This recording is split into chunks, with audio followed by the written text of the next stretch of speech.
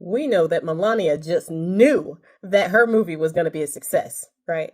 Homegirl was ready, had the press tour ready, had picked out her $20,000 outfit. Homegirl had the hat. She was ready. And nobody came to see her movie. That was one of the biggest flops in Hollywood. So Melania wanted to do her own documentary, which was basically just a Russian-style propagandized version of her history.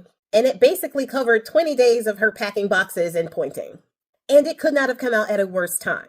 Not only is she stuck in this battle with Michael Wolff, where she tried to sue Michael Wolff for saying that she had anything to do with the E-Man files, and Michael Wolff said, okay, bet, I'm gonna sue you for infringing on my First Amendment right to free press and speech.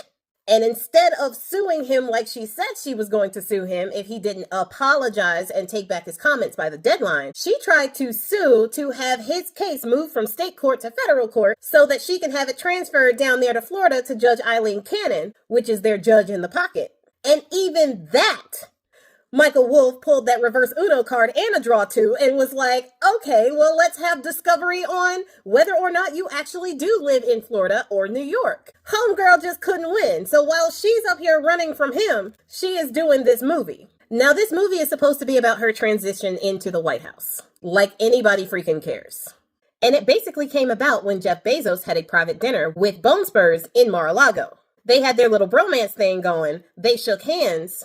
And Bezos forked over $40 million. 40. That is more than he even spent on the Lord of the Rings to come to Amazon Prime. So out of this $40 million bribe, y'all know what I mean. He gave Melania $28 million of that $40 million. Now, mind you, this is 20 days. So she made more than $1 million a day to do a movie that nobody wanted to watch. And when I say that nobody wanted to watch this movie, not even her son would go to the premiere. Huge box offices in Boston and other places had empty seats to the point where some people supporting her were buying seats. And then they put a Craigslist ad on offering $50 for people to go and fill the seats. The only stipulation was you had to stay for the whole time. And it still did not work. And the only people that did go were the critics, were the people who were reviewing the movie in order to write about it.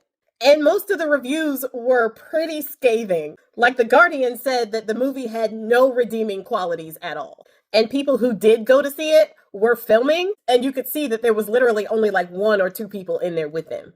If that. Now, they had 2 premieres of this movie. The premiere at the White House actually happened the day that Alex Preddy was unalived.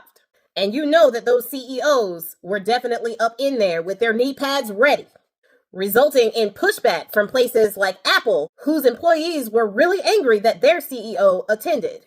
But the other premiere, closer to the movie's release, was empty.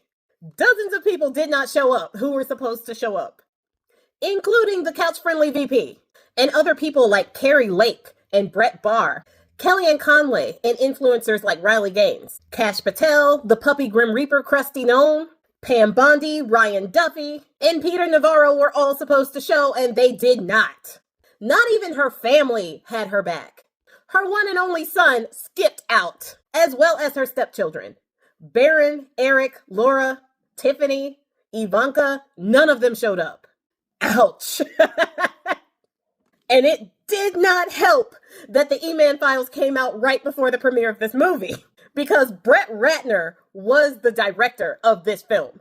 The Brett Ratner from the Rush Hour movies, which, now that I think about it, that was Chris Tucker's link to this whole thing. Because Chris Tucker is also in the files, and I was like, why the heck is he rolling with these people? But he did 4 movies with Brett Ratner, who got basically ousted in 2017.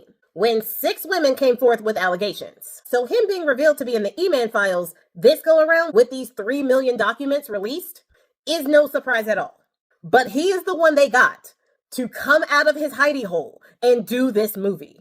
And it was so bad that 2/3 of the people who worked on this movie in New York, because she lives in Florida most of the time, didn't even want to be credited on this movie. That is horrible. And the last I saw, the Rotten Tomatoes for this movie was a 6.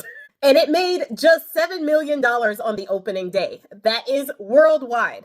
Now, the headline that I saw said it was shocking. And I don't know what's more shocking. The fact that it only made $7 million in the entire world, or the fact that it actually got up to $7 million. Especially since even in other places around the world, the seats were empty. And places like South Africa didn't air it at all. They banned it from their theaters because of the political backlash. Also, Bezos not only gave them the $40 million for the documentary, but he also gave them an additional $35 million to promote it. It did not help. And I'm wondering if they figured that out and that $7 million that it made at box office was just them buying tickets for that Craigslist ad.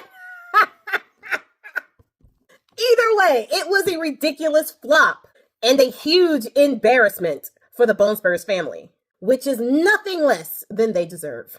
And I love this for them.